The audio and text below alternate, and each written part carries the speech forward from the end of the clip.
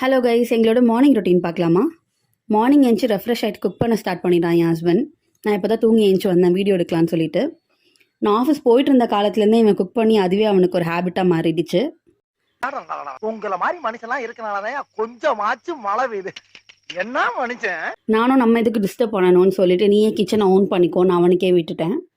அவன் அயன்லாம் பண்ணி ஆஃபீஸ்க்கு கிளம்புற கேப்பில் நான் ஏதாச்சும் அவனுக்கு கான்ட்ரிபியூட் பண்ணணும் இல்லையா, அதுக்காக தான் லஞ்ச் பாக்ஸ் பேக் பண்ணிகிட்ருக்கேன். சொந்த வீட்டிலே இப்படி ஓபி அடிக்கிறியே வெக்கமா இல்லையான்னு கேட்காதீங்க, சத்தியமாக இல்லை. இதோட என் வேலை முடிஞ்சிச்சுன்னு நினைக்காதீங்க, இதை விட முக்கியமான வேலை ஒன்று இருக்குது எனக்கு. இவன் இந்த பக்கம் சாமியெல்லாம் கும்பிட்டுட்டு ஆஃபீஸ் கிளம்பிட்டான். டெய்லி அவன் கிளம்புறதுக்கு முன்னாடி இந்த தங்க புஷ்பம் லேகியம் 3 அவனுக்கு கொடுத்து தான் அனுப்புவேன். அதுதான் நீங்கள் இப்போ பார்த்துட்ருக்கீங்க.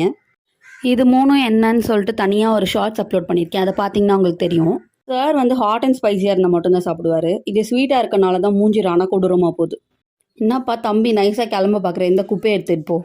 இப்படி தாங்க டெய்லி இவனை டார்ச்சர் பண்ணி ஆஃபீஸ்க்கு அனுப்பி வைப்பேன். சரி, இவன் ஆஃபீஸ் கிளம்புனதுக்கப்புறம் நான் என்ன பண்ணுவேன்னு யோசிக்கிறீங்களா? நானும் போய் அப்படியே குளிச்சுட்டு வந்துட்டு லைட்டாக கிளம்பிட்டு என்னோட ஹோம் ஸ்டுடியோவில் வந்து உட்காந்து என்னோட பிஸ்னஸ்க்கான வேலையெல்லாம் பார்க்க ஸ்டார்ட் பண்ணிடுவேங்க. இன்றைக்கி என்ன ஒர்க் பண்ணிகிட்டு இருக்கேன்னு பார்த்தீங்கன்னா, நெக்ஸ்ட் இன்ஸ்டாகிராமில் என்ன கான்டென்ட் போடலாம், என்ன டிப்ஸ் போடலாம் அப்படின்னு சொல்லிட்டு எழுதிட்டுருக்கேன். அது இல்லாமல் நமக்கு வந்து ப்ரைடல் புக்கிங் ஒன்று கன்ஃபார்ம் ஆயிருக்கு இல்லையா, அதுக்கு வந்து ப்ரஷஸ் எல்லாம் க்ளீன் பண்ணிகிட்ருக்கேன். ஏன்னா நமக்கு கிளென்லினஸ் ரொம்ப முக்கியம் இல்லையா. அப்படியே இந்த ப்ரஷ் எல்லாம் க்ளீன் பண்ணிவிட்டு என்ன பண்ணுவேன்னு பார்த்தீங்கன்னா, புக் படிப்பேன், ஆடியோ புக்ஸ் ஏதாச்சும் கேட்பேன். இதெல்லாம் வந்து என்னோட இன்னொரு ப்ரொஃபஷனுக்கு ஹெல்ப்ஃபுல்லாக இருக்கும். இன்னொரு ப்ரொஃபஷன் என்னன்னு கேட்குறீங்களா? நான் வந்து ஒரு லைஃப் கோச்சாக இருக்கேன், மைண்ட் செட் கோச்சாக இருக்கேன்.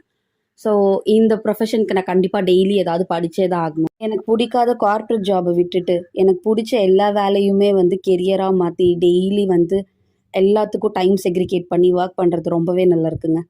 உங்களுக்கும் எங்களோட ரொட்டீன் பிடிச்சிருந்துச்சுன்னா லைக் அண்ட் சப்ஸ்கிரைப் பண்ணி சப்போர்ட் பண்ணுங்கள். தேங்க்யூ.